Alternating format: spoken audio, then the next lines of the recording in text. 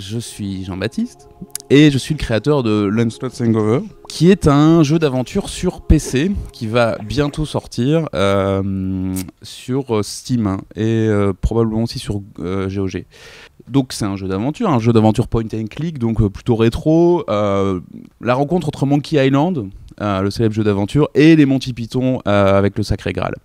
L'histoire est très très simple. T'incarnes Lancelot, le plus sexy et le plus brave des chevaliers de la table ronde, et Dieu te donne une quête.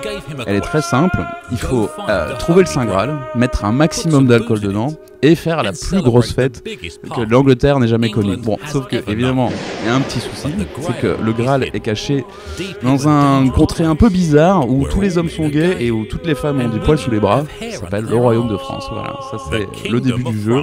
Et il y aura une bêta fermée d'ici novembre, qui sera présentée à Londres dans le cadre d'un salon du jeu d'aventure qui s'appelle Adventure X.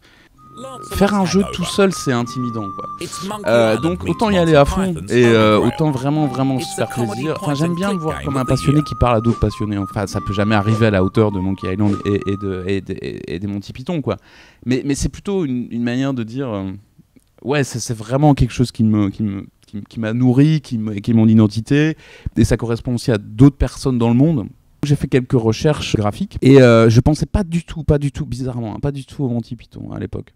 J'avais fait des petites reproductions de l'art moyenâgeux, des icônes, de l'art byzantin, etc. Je trouvais ça assez cool parce que ça m'intéressait justement pour pouvoir avoir une production hyper rapide, quoi. Et tu parlais de Terry Gilliam, et je pensais pas du tout à lui au départ. C'est venu un peu, et c'est assez cool en fait, c'est venu vraiment en essayant de me dire bon, comment je peux m'en sortir pour faire plus de 3 heures d'animation tout seul, quoi. Et donc il faut vraiment rechercher vraiment ce qu'on appelle les keyframes, quoi. Donc c'est-à-dire les images les plus importantes.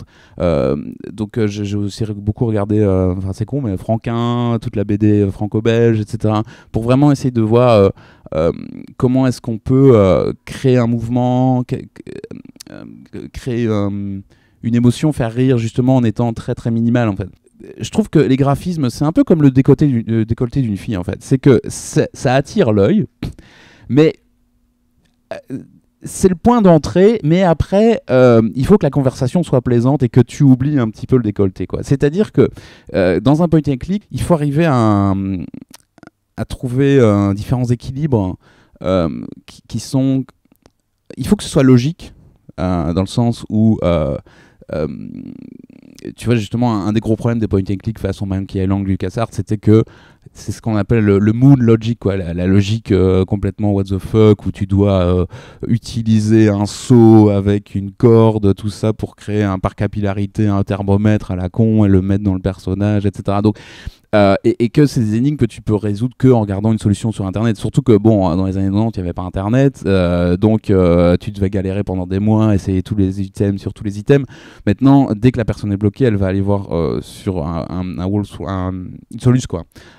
Donc, il faut donc que ce soit assez logique, mais en même temps, si c'est trop logique, c'est chiant, quoi. Encore une fois, ce qui est génial avec Internet, c'est que tout est disponible. Donc, c'est-à-dire même le fait de concevoir des puzzles pour des point and click, il y a aussi beaucoup de ressources. Je travaille chez moi, j'apprends et je découvre en faisant aussi. Je dois jamais rien justifier, en fait. Quand j'ai envie de faire quelque chose, je le fais.